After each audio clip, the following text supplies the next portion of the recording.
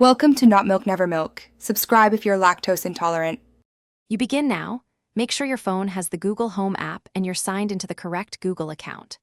Once ready, unplug the Nest Mini and locate the small reset area on the base. This device requires a reset to change networks. Do not waste time trying in device menus. The only way is to remove and reset. While it's unplugged, open Google Home, find the device entry, and prepare to remove it. This clears network info so you can set it to your new Wi-Fi. With the Home app open, remove the Nest Mini from your devices list. This dissociates it from the current network and account. Once removed, plug the unit back in. Press and hold the center of the Mini or the designated reset spot for about 15 seconds until you hear a chime. This confirms factory reset. Hold firmly and count. The Mini will restart and broadcast setup mode.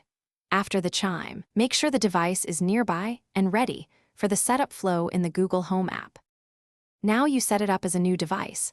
Open Google Home, tap Add Device, and follow the guided prompts. You'll see the Nest Mini appear in setup mode. Select it, choose the target Wi-Fi SSID, and enter the password, then wait for confirmation. Once done, assign room and preferences.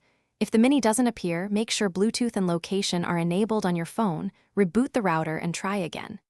Key troubleshooting tip: toggle router bands to 4 GHz vs 5 GHz.